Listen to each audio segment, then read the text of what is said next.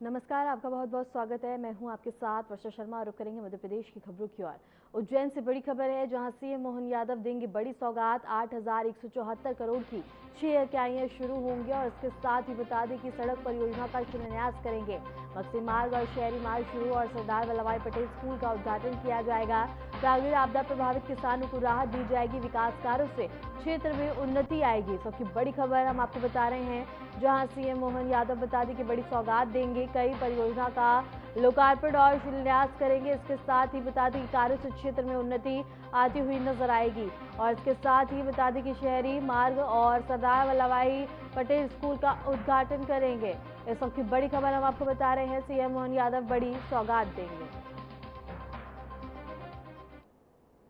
जबलपुर में राज्य स्तरीय जनजातीय गौरव दिवस समारोह का आयोजन किया गया, जो कि भगवान बिरसा मुंडा की 150वीं जयंती के अवसर पर विशेष रूप से आयोजित किया गया।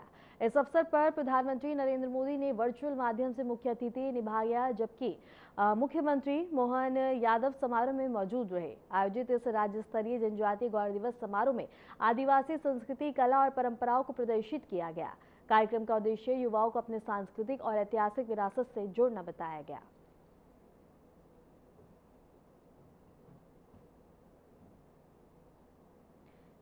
इसके साथ ही बता दें कि पीएम मोदी ने वर्चुअली माध्यम से संबोधन किया और सीएम मोहन यादव भी समारोह में मौजूद रहे। बिरसा मुंडा की 150वीं जयंती पर भव्य कार्यक्रम का आयोजन किया गया, जहां वर्चुअली माध्यम से प्रधानमंत्री नरेंद्र मोदी ने सभी को संबोधित किया।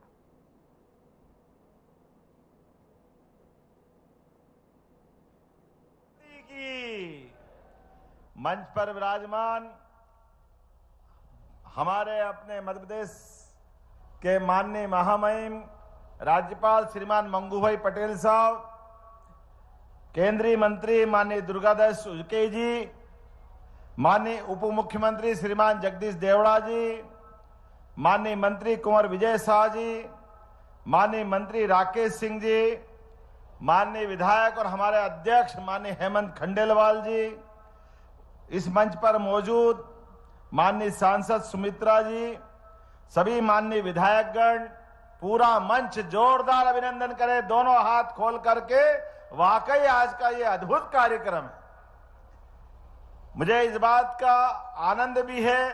एक बार जोरदार अभिनंदन यशस्वी प्रधानमंत्री नरेंद्र मोदी जी के लिए करें दोनों हाथ खोल करके।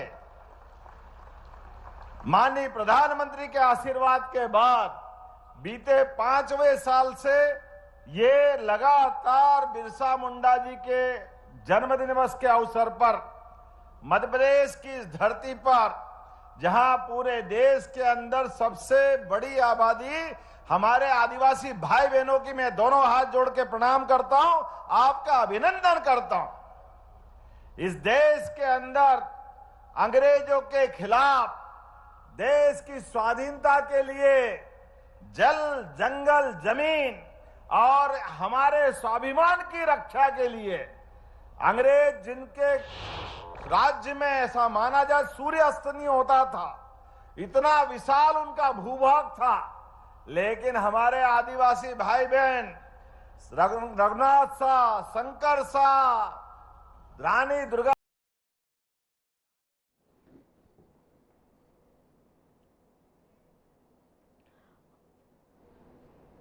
और इसके साथ ही बता दें कि प्रधानमंत्री नरेंद्र मोदी ने इस कार्यक्रम को वर्चुअली माध्यम से संबोधित किया, जहां सीएम मोहन यादव भी इस कार्यक्रम में मौजूद रहे। उन्होंने भी जनता को संबोधित किया।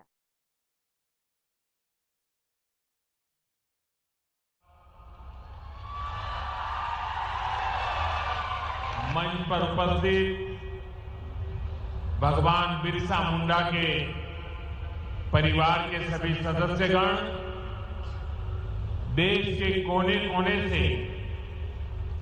इस कार्यक्रम का हिस्सा बन रहे मेरे आदिवासी भाई बहन,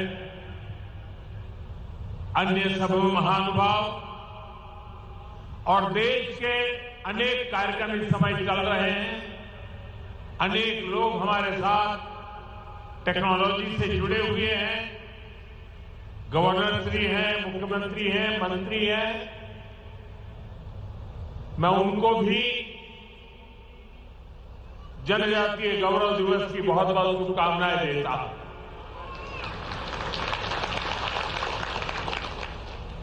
આમ તો મારે તમારી પાસે આવું એટલે ગુજરાતી બોલવાનું હોય,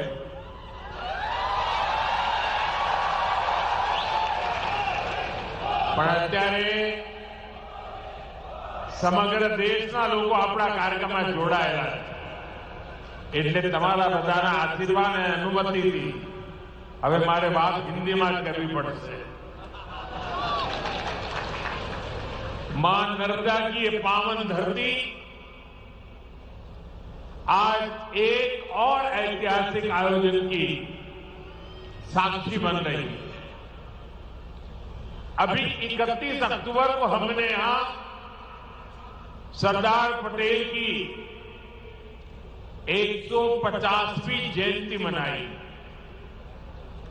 हमारी एकता और विविधता को सेलिब्रेट करने के लिए भारत पर्व शुरू हुआ और आज भगवान बिरसा मुंडा की 150वीं जयंती के इस भव्य आयोजन के साथ हम भारत पर्व की पूर्णता के साक्षी बन रहे हैं।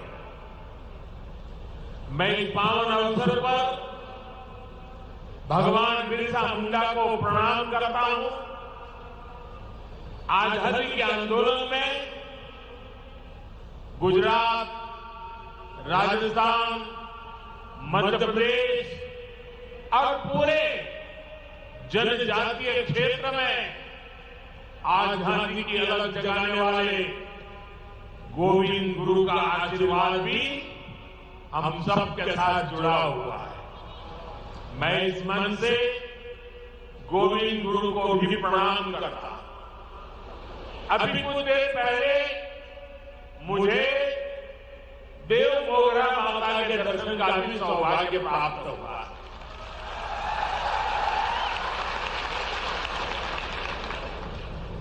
मैं मां के चरणों में भी फिर से नमन करता हूं। बहुत कम लोगों को पता होगा,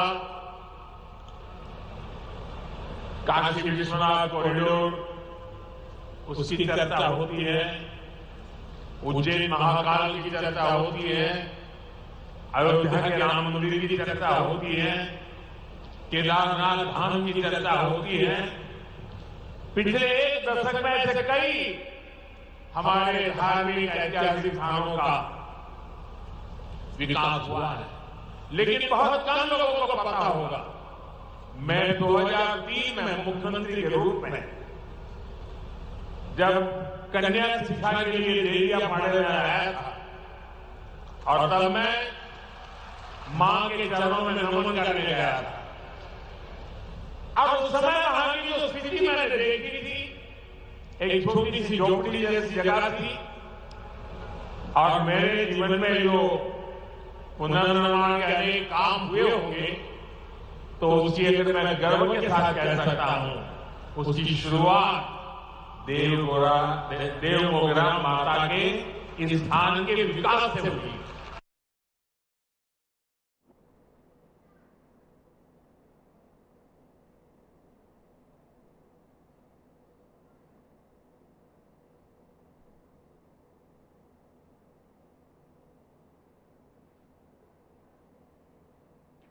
डिडौरी जिले के सहजपुरी गांव में एक शिक्षक जिनकी हिम्मत और जज्बा हर मुश्किल को मात देता है। दोनों हाथ और एक पैर से दिव्यांग होने के बावजूद बता दें कि भगवान दीनदयाल बच्चों को सिर्फ पढ़ाई नहीं बल्कि जीवन जीने का साहस भी सिखा रहे हैं। बच्चे इन्हें अपना आदर्श मानते हैं और बड़ी रुचि के साथ इनसे शिक्षा ग्रहण करते हैं। स्कूल में पसंद अतिथि शिक्षक ने बताया है कि स्कूल से लौटकर भगवान दीन घर का सारा काम भी खुद करते हैं।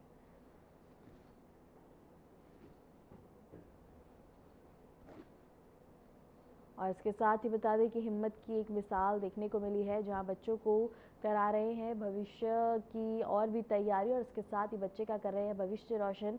जहां बता दें कि एक दिव्यांग एक हिम्मत की मिसाल पेश करते हुए नजर आ रहे हैं।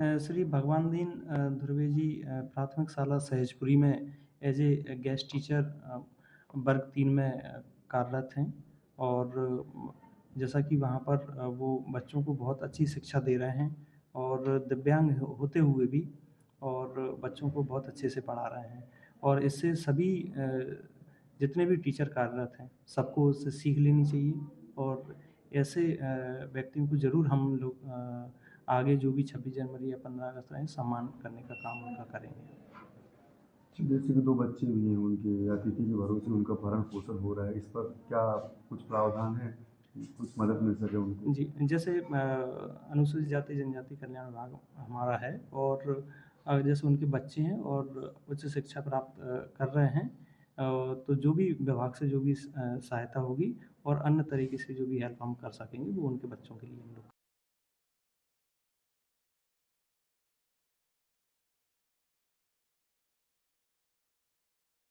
और इसके साथ ही बता दें कि दिव्यांग शिक्षक बच्चों का भविष्य रोशन करते हुए नजर आ रहे हैं, जहां सभी को हौसले का पाठ पढ़ा रहे हैं और बच्चे उनसे शिक्षा ग्रहण करते हुए नजर आ रहे हैं।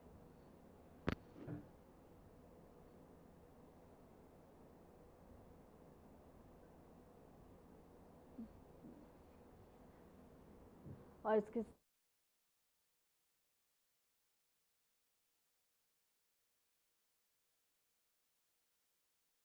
बता दें कि दिव्यांग शिक्षक कर रहे हैं रोशन, जहां बता दें कि एक दिव्यांग शिक्षक बच्चों को शिक्षा देते हुए नजर आ रहे हैं, जहां पूरा गांव इनसे हौसले का जज्बा और इसके साथ ही सीखता हुआ नजर आ रहा है और ये एकदम बता दें कि जज्बा और हिम्मत को मात देने वाला जज्बा नजर आ रहा है, जहां बच्चे इनसे शिक्षा ग्रहण करते हैं और इसके साथ ही हिम्मत की एक नई मिसाल पेश करते हुए नजर आ रहे हैं।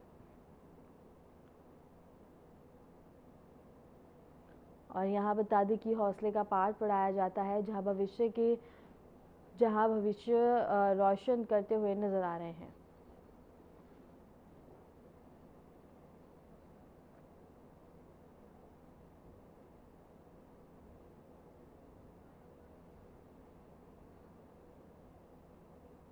मध्य प्रदेश के बैतूल जिले में आदिवासी हुनर खिलाड़ियों की अनदेखी का मामला सामने आया। जिले में खेल विभाग और अधिकारियों की उदासीनता के कारण युवा प्रतिभागियों को सही सम्मान और अवसर नहीं मिल पा रहा है। हाल ही में 15 नवंबर को आयोजित जनजातीय गौरव दिवस कार्यक्रम में national football player Saraswati Malawi का सम्मान नहीं किया गया। सरस्वती ने असम में आयोजित टूर्नामेंट में राज्य का प्रतिनिधित्व किया था, बावजूद इसके जिला खेल विभाग की ओर से कोई सम्मान नहीं मिला। खिलाड़ियों का कहना है कि खेल विभाग की इस कार्य से उनके हौसले और करियर पर नकारात्मक असर पड़ रहा है।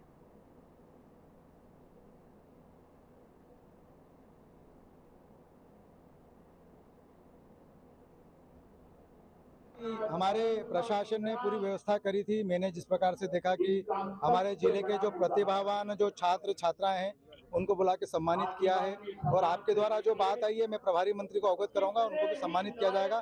हमारी मध्य प्रदेश की सरकार और केंद्र की सरकार जितने प्रकार के प्रतिभावान हैं उन सब का जगह जगह पर सम्मान किया जाता है। किसी का जिले लेवल पे करते हैं, किसी का प्रदेश लेवल पे करते हैं, किसी का राष्ट्रीय लेवल पे करते हैं, सभी का अपने अपने पे सम्मान करते हैं। ये पहली बार हुआ है कि जनजाति खिलाड़ियों का भी सम्मान होना शुरू हुआ है, जहाँ पर देश के सर्वोच्च पद पर प्रधान राष्ट्रपति के पद पर हमारी बहन को बिठाने का काम सम्मान स्वरूप कर रहे हैं। तो ऐसे कई प्रकार के लोगों का सम्मान हमारे समाज के लोग कर रहे हैं। हम फुटबॉल खेलते हैं, हमारे क्लब का नाम TFC फुटबॉल क्लब है।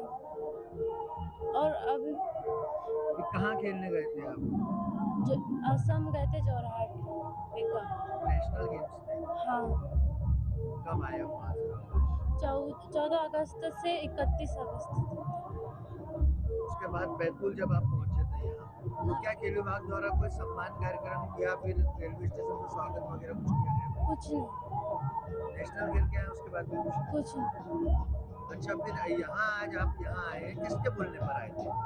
वो खेलियो अधिकारी। क्या बोला? उन्होंने बोला था कि 15 नवंबर पर आपको बुलाया। गौरव दिवस पे यहाँ कार्यक्रम जो है उसमें बुलाया? हाँ। क्या बोल के बुलाया?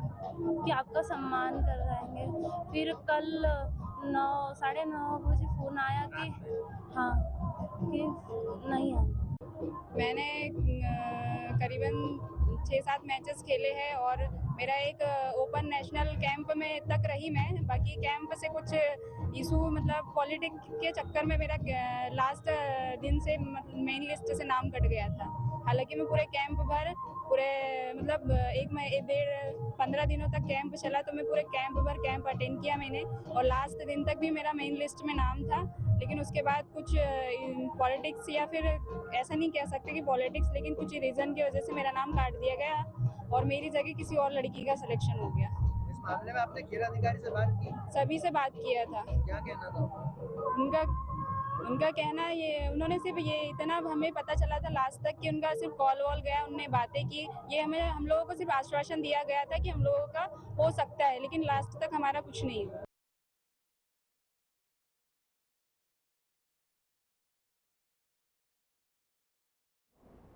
और इसके साथ ही बता दें कि खिलाड़ियों की अनदेखी की गई है, जहां खिलाड़ियों को सम्मान नहीं मिला है, जिसके बाद बता दें कि खिलाड़ी सरस्वती बहुत ज़्यादा नाराज़गी जताती हुई नज़र आ रही हैं। जहां बता दें कि प्रतिभा के सामने लापरवाही का मामला देखने को मिला है, जहां बता दें कि खिलाड़ियों को उनका सम्मान मिलता हुआ नज़र नहीं आया है।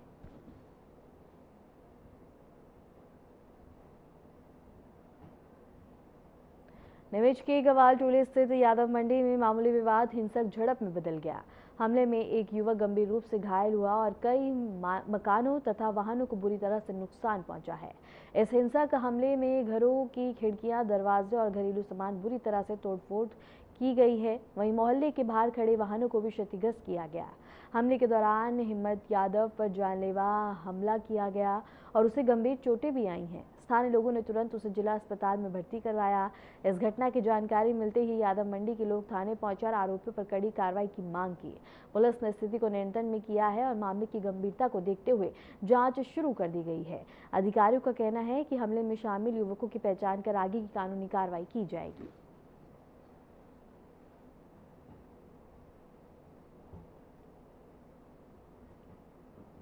वाला भाई है, काका जी लड़का, वो रात को बंगाली कॉलोनी में दुर्गा माता मंदिर के उधर पास में कहीं बाथरूम करने गया तो उसको ये 10-15-20 लोग थे, ये आए, उसको बोले चलाओ एक तरफ तेरे बात करनी है। बोले क्या बात करनी, ये बात कर ले। ये बोले नहीं उधर बात करनी। तो उसको जाकर ने 15-20 लोग होते और बाकी वैन में थे 10-20 लोग शराब पी रही थी। उन्होंने अनसेंट उसको मारा पीटी करने लगे, अनसेंट मारा, लात घूसों से लट से मारा, उसको सर में फाड़ दिया उसका। उसके कि 10 से 15 टाँके आए जो वहाँ पे रात को ला के FIR करवाई थी। उसके बाद में फिर सुबह वापस ये लोग आए, सुबह हमारे घर पे आए। घर पे छोटे भाई को दादागिरी कर रहा है, अनशन गाली गलौज कर रहा है कि वो लड़के कहाँ, उनको बाहर बुलाओ, उनको मारेंगे, मार के फेंक देंगे, हमारे पास बहुत पैसा है, हम तो खेत बेच देंगे 1 आध बीघा, कोई फ़र्क नहीं पड़ता हमारे को। तो उसके बाद बोले कि हम आ रहे हैं, फिर आएंगे, दिन में आएंगे। फिर आज दोपहर में हम तो सब साइड पे चले गए, सब काम में चले, कोई थे नहीं, महिला अकेली थी घर में। पूरी कम से कम 70 से 80 लोग आएंगे घर में, सबके पास हथियार थे, जबकि इनको एक आध देसी कट्टा भी देखा गया इनके पास। तो ये सब लोग थे, धांधू मच गए, पूरे तोड़ा फोड़ी कर गए, गाड़ियाँ तोड़ गए, घर के शीशे तोड़ गए, महिलाओं को बाहर निकाल गए, लात घूसो तो मार रहा है। ये अनसेंट काम करा उन्होंने करके, कुछ ने चपटी करी। कितने घरों में तोड़फोड़ करी? पूरे कम से कम 20 से 25 लोग घर हैं ऐसे, करीब करीब। बाइक तो 4-5 बाइक है, एक कार है, साइकिल, कार सब है। कितने लोगों के साथ मारपीट हुई? कम से कम 25, सभी पूरे मोहल्ले में मारापीटी करी। महिला अकेली थी, महिलाओं के साथ मारापीटी, बच्चे छोटे बच्चे उसे दूध पिला रही महिला, उनमें चांटे मार के चले गए वो।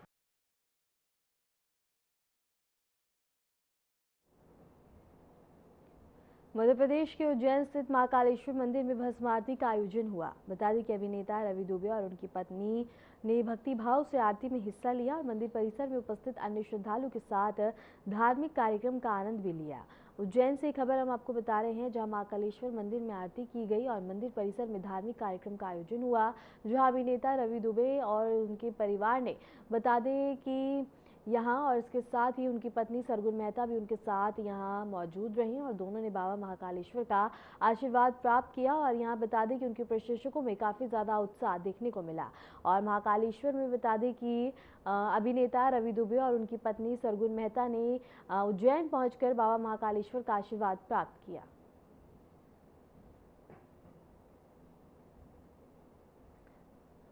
और उज्जैन से ये खबर हम आपको बता रहे हैं, जहां अभिनेता रवि दुबे और उनकी पत्नी सरगुन मेहता ने उज्जैन पहुंचकर बाबा महाकालेश्वर का आशीर्वाद प्राप्त किया है। आरती की उन्होंने मंदिर परिसर में धार्मिक कार्यक्रम का आयोजन देखने को मिला। उनके प्रशंसकों में काफी ज्यादा उत्साह भी देखने को मिला और श्रद्धालुओं ने बता दें कि भक्तिभाव से सभी ने आरती में बढ़ चढ़कर हिस्सा लिया और बाबा का आशीर्वाद प्राप्त किया।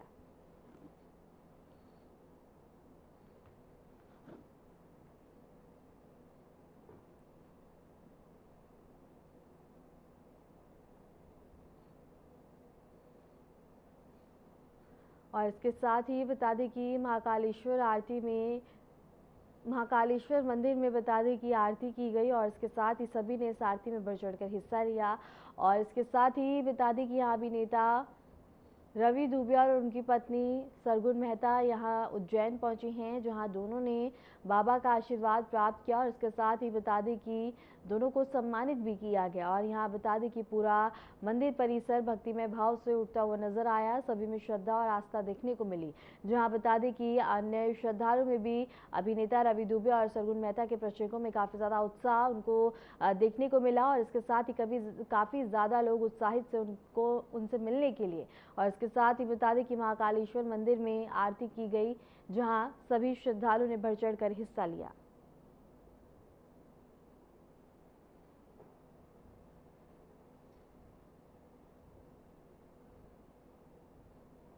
फिलहाल के लिए मध्य प्रदेश की खबरों में इतना ही। नमस्कार।